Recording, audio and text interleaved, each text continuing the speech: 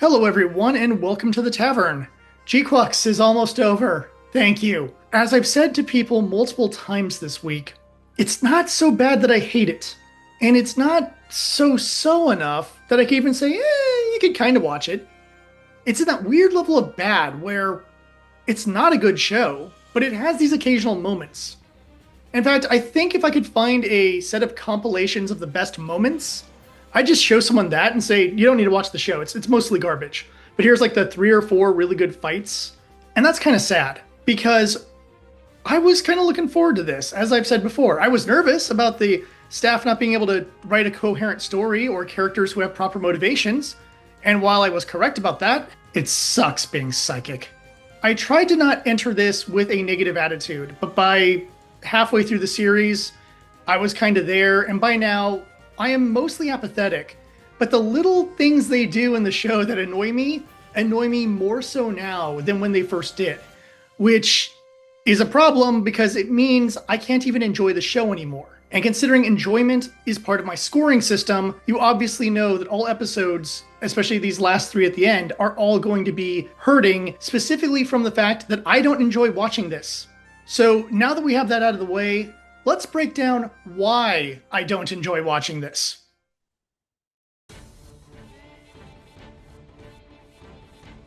Oh boy, the story of this episode is not good for a lot of reasons, some of which most people will think are nitpicks, but I'm going to tell you right now, they're just more signs of why this show is bad.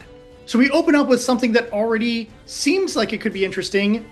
A press conference where the president of Side 6 is like, hey, we're using the space laser to help Earth because it has nuclear winter. Okay, that's fine in and of itself as an idea, except we've been on Earth. It doesn't look like a nuclear winter.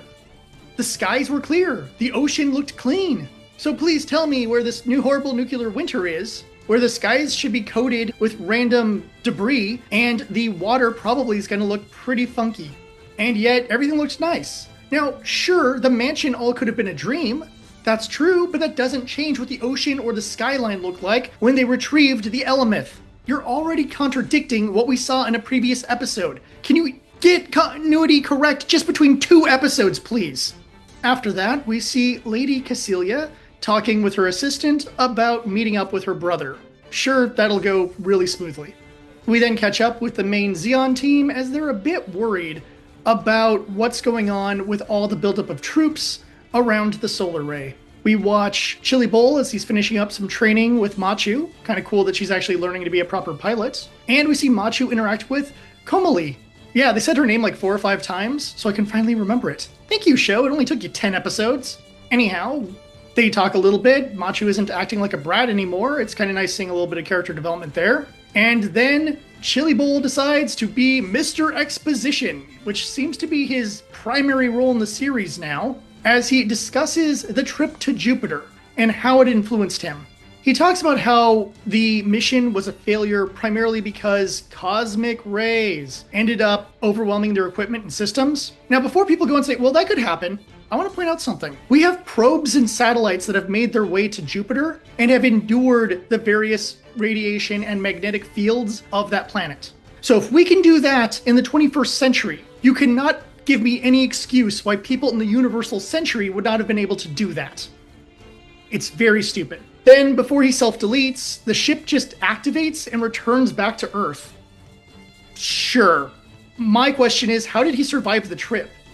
You need the crew to deal all the different things. Was he just running around to the hydroponics section and then running over to another section? Or just everything on the ship automated to such a point that you would only need 1 crew member? I don't know. It makes no sense. The only way I can kind of headcanon that this worked is that he cannibalized the dead crew members in order to make the trip back to Earth. And I want to point out something very important here. The distance between Mars and Jupiter is equal to the distance between the Sun and Mars. That is not a short trip. So we're looking at a very long journey here with 1 man on a ship. His sanity would fracture, and if he's eating people, he's going to get the little things that mess up your brain, because yes, cannibalism can cause brain issues, which might explain his character's personality randomly changing in the show.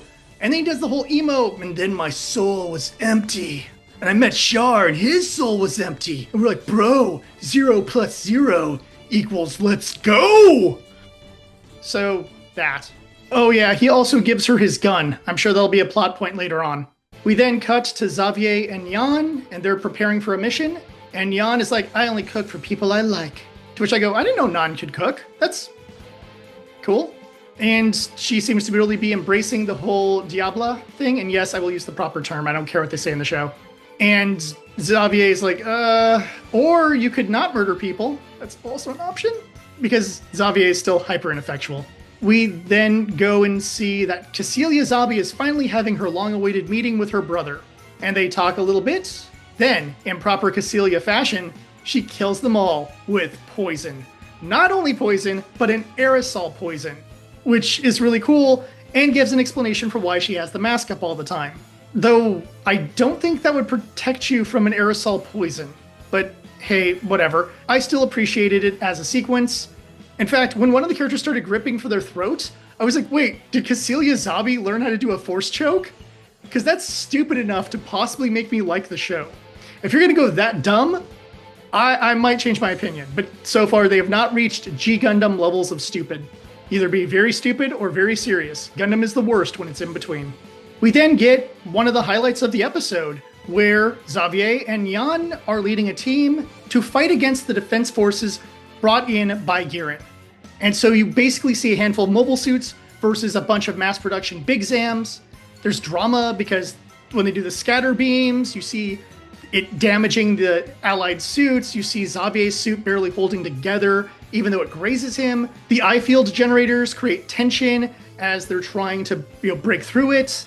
Generally a really good fight scene, and it shows how these characters actually know how to fight. And man, action like this is something I've missed for a while in this show, and I'm glad we got it again.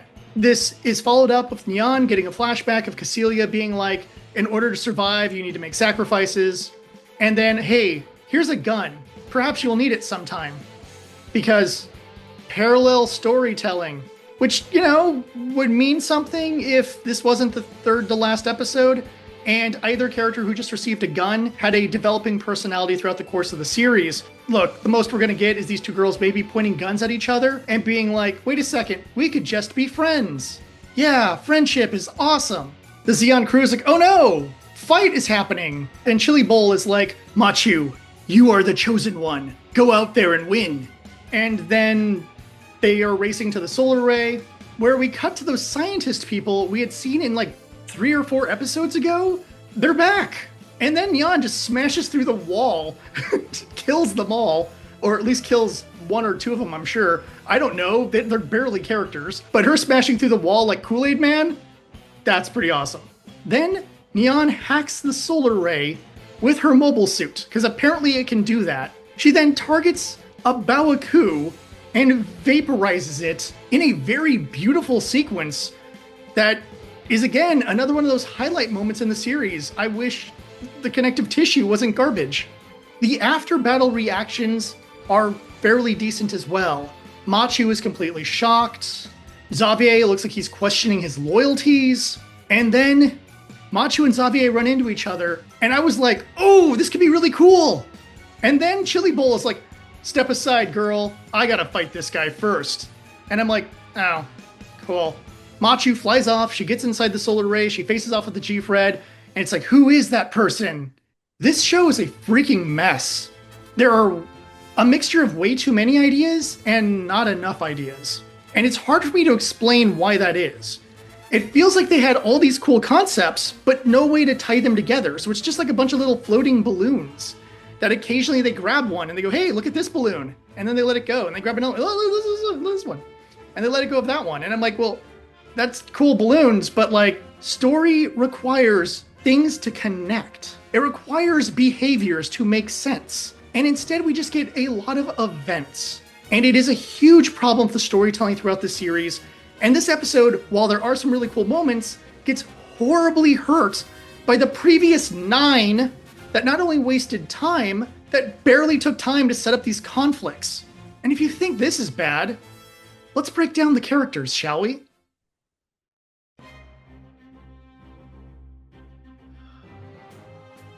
Why do we even do an intro part for characters? You know what I'm going to say. First, we have Machu.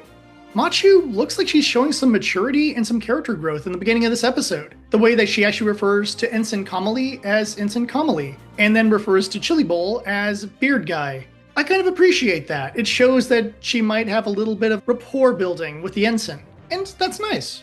It'd been great to have seen that character development, but at least we see the end result of it. In addition to that, you can see the change in her personality of wanting to stop the solar ray, wanting to actually do something almost heroic. And then they completely ruin it by this whole thing is just, I want to see Shuji again. So, great. All this potential character development, or at least seeing a growth in the character, immediately thrown away because I gotta get some man inside me. Thanks, series. Very progressive. Then we have Nyan. Well, it seems like she's fully embraced her psychopath, edgelord route in life, which I guess is fine. It would have been nice if the series had actually developed this instead of no personality. I kind of like Shuji. I'm super depressed. I need to murder everybody. What? Unfortunately, that's kind of all we get from her. Strangely enough, I can kind of forgive the Shuji obsession because it comes off more like psychotic stalker than actual romantic interest. And if we're gonna play off her just kind of going crazy, I'm kind of down with it. I just wish it was set up better. It doesn't feel like she really had those feelings to begin with, and now she's like, yay, murder. And it almost seemed like they were going to try to do some development stuff between her and Xavier, but no. No, they don't do that. That would be very interesting, and why do interesting when we can do boring? Then we have Chili Bowl. He completely changed personality. He went from competent commander, who seemed like he was very introspective and had a lot of plans within plans, and now he is exposition man, as he was in the previous episode, mixed with like, my soul is empty and I'll never have true peace until new types are free. I hate this character now. He went from someone that I thought was actually really cool and interesting to just, I'm angsty exposition man. And his personality had to radically change just so we could have these final episodes, which is kind of a problem. It would have been fine if you began him as competent commander guy and then stuff kept occurring that made him just give up on life or give up on humanity. That's totally doable.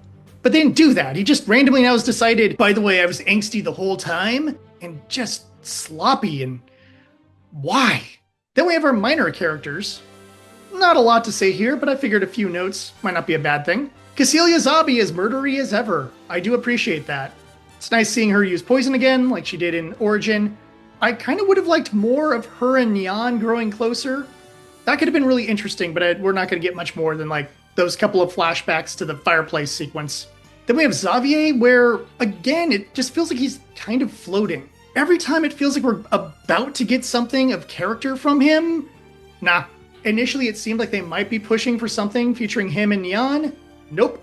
Then it was like, oh, we're going to get like a really interesting fight of him redeeming his honor by fighting the G-Quuuuux. Nope. His loyalty to Cecilia seems to be a bit wavering, but then as soon as Charlie Bull shows up, he's like, you traitor! And I'm like, okay. And then we have Ensign Komali, and I only bring her up because the series finally said her name enough times for me to remember it. Also, she's best girl. The characters are terrible. When the best girl is someone who barely has a personality, you know there's problems. The overall issue I have here is that there is some majorly forced characterization, mixed with the fact that some characters' personalities just changed for reasons, and we don't get those reasons. So what we have are these very hollow characters that I think the creators want us to care about, and yet how can I, when the personalities aren't consistent and the growth doesn't actually happen? It's just, now I'm this personality because the story needs it to be. And that's so sloppy and so terrible, and it just doesn't make me like any of these characters. Which is a shame, because I believe I said in episode 3 or 4 that I could see the old timeline where me and my friends are talking about cosplaying from the series. Thank God I didn't put any money into that. Right now I'd be sitting there like, crap, I got a Xavier cosplay showing up in the mail and I'm gonna have to just return it. But thankfully I will not be cosplaying from the show, so no worries there. Let's talk about aesthetics.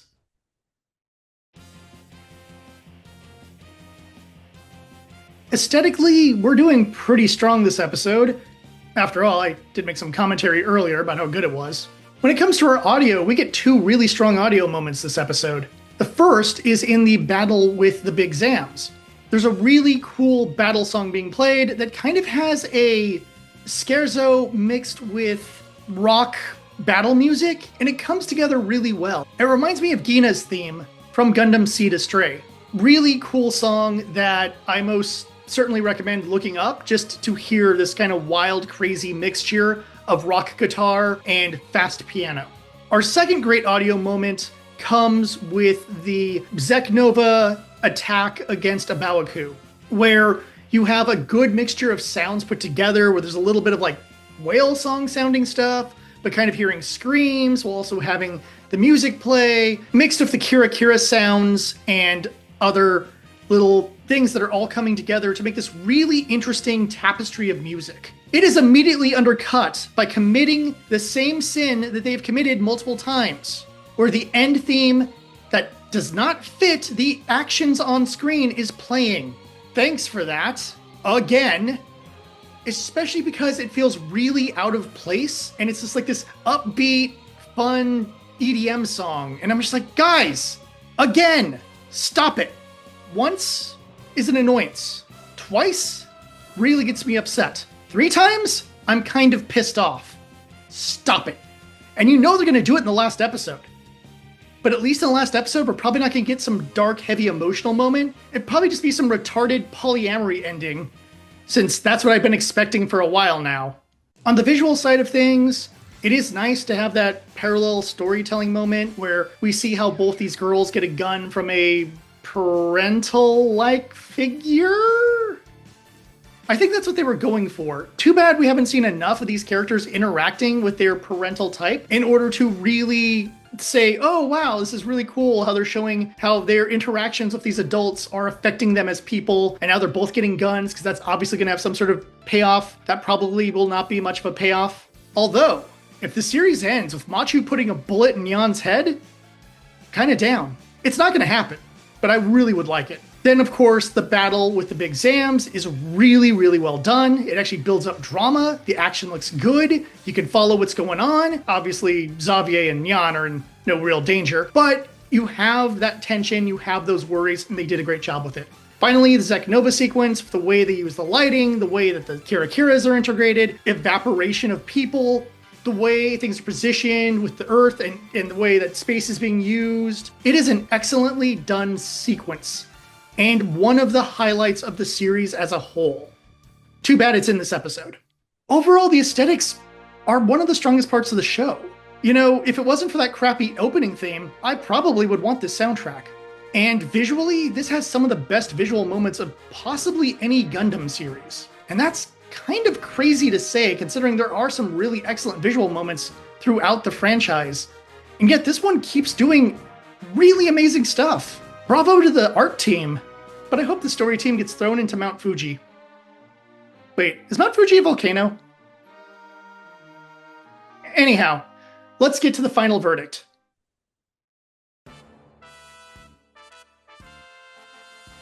The weird thing about this episode is it really felt like 2 or 3 episodes just crammed together into one episode. A lot of events happen, but they're so rushed. You're just jumping from thing to thing to thing to thing to thing. It really has that, oh my gosh, we didn't plan this out properly feeling. And considering the experience level of the staff, that is inexcusable. In addition to that, our next time shows us that our episode will be 2 chicks fighting over a dude. I thought it was really stupid when you had 2 guys fighting over a chick in Unicorn, and this is taking it to another level of stupid.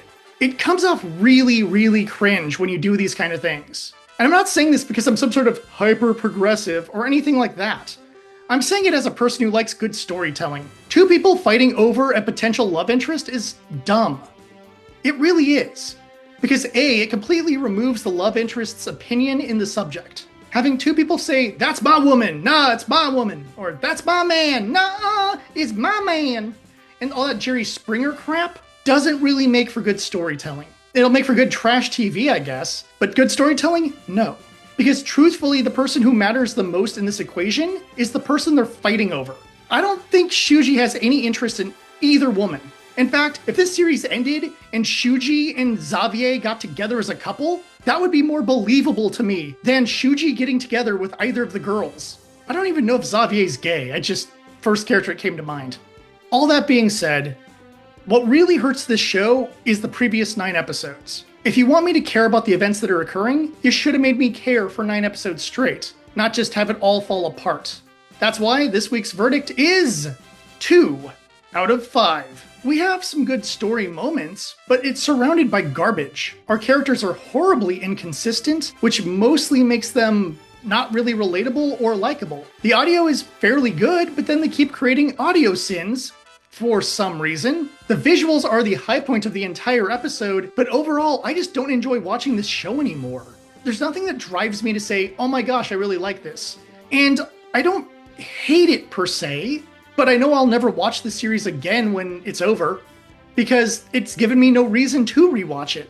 Even if this whole series ends and like Char wakes up in a drunken stupor and going like, oh man, I partied too hard with Appley and Roberto. Where are we? It's called the Argama, sir. Oh man, okay, cool. Are we part of the crew, or why am I wearing a uniform? Yeah, you signed us all up when you were drunk. It wouldn't make up for the show, but at least it'd be a great ending.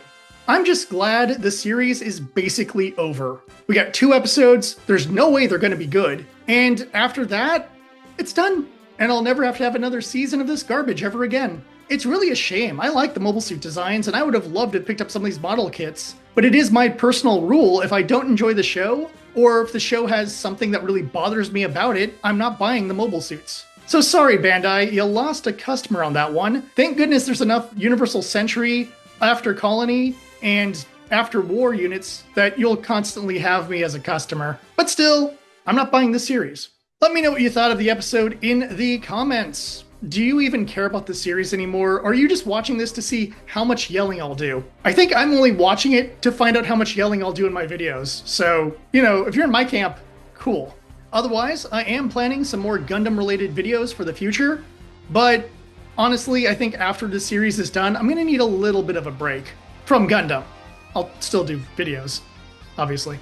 Until next week, remember, I'll see you at the tavern.